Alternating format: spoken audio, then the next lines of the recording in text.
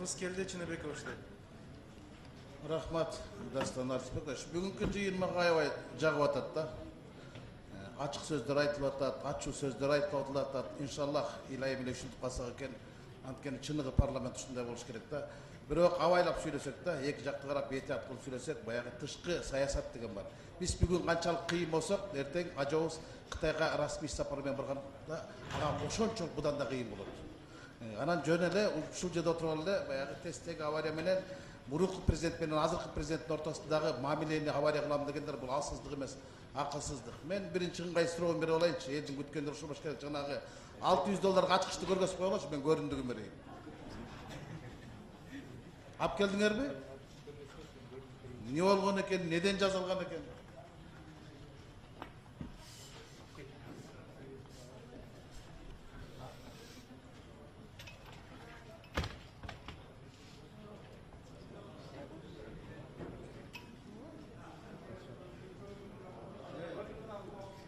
Ортого чыгып эле көргөзүп койчу. Центр суда выйдите, пожалуйста.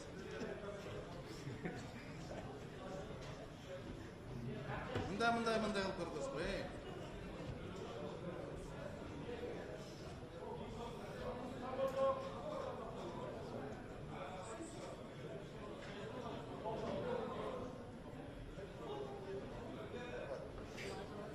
Вот это набор инструментов. Таких наборов 2 комплекта.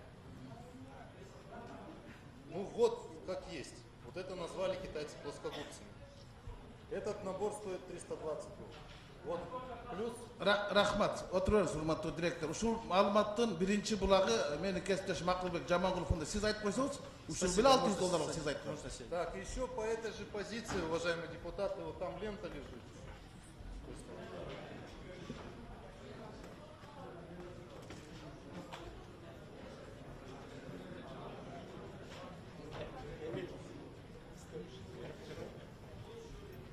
Рыскелди Чыныбекович, улантырыңыз сурооңузду. Көрдүм. Болду, көрдүм. Азырына Акылбек Жамангулов комиссия мүчөсү жооп берип койсунчу.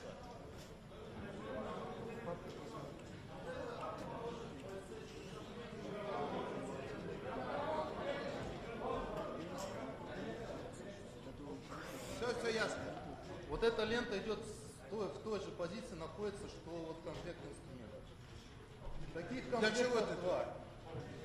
Лента служит для ремонта транспортерной ленты. Ленты конвейеров подачи угля. Ясно, понятно, спасибо. Все ясно.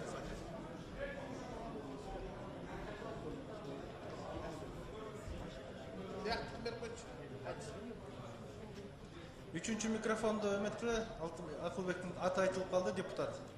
Үчүнчү микрофон. Рахмат, Дастан Арсбекович. Урматтуу депутаттар, урматтуу чакырылгандар.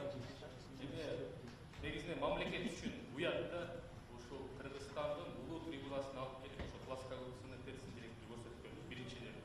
Экинчиден, Рыскелди Чыныбекович мына туура маселени көтөрүп кетти. Баардык коомчулукту ушундай чоң талкууга калтырып аткан кычкачтар боюнча маселе. Бул эми чылдыңда электростанциянын жетекчиликтери, ушул ТЭЦтин жетекчилери.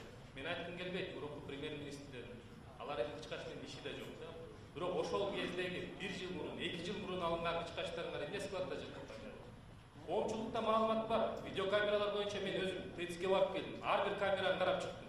Кайсы жерге орнотулган, эмне болуп орнотулган камералар экен. Внутренний анализ кылдык. Ал камералар базар баасы менен $1000, $2000 тегерегиндеги камералар. Элди кантип алдап атасыңар? Кайсы беттигер менен алдап атасыңар? Азырында укук коргоо органдары баа бергенден кийин көрөсүңөр. Кайсы кычкачты силер 2 жылдан бери складда хранить этип атканыңар. Коомчулукка бул маалымат чыккандан кийин ТЭЦтин кызматкерлери, электростанциянын кызматкерлери алып туруп, складдан базардан алып келип складда киргизип койгондой маалымат чыгып отур. Кондиционерлер боюнча, лифттер боюнча бул маалыматты депутаттык комиссия жөн эле талаадан алып жазган жок.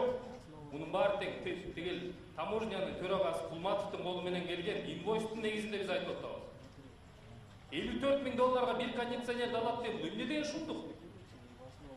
Бул жерде биз жетекчилерди айткан жокпуз. Электростанциянын түздөн-түз жетекчилери, Энерго холдингдин түздөн-түз жетекчилери.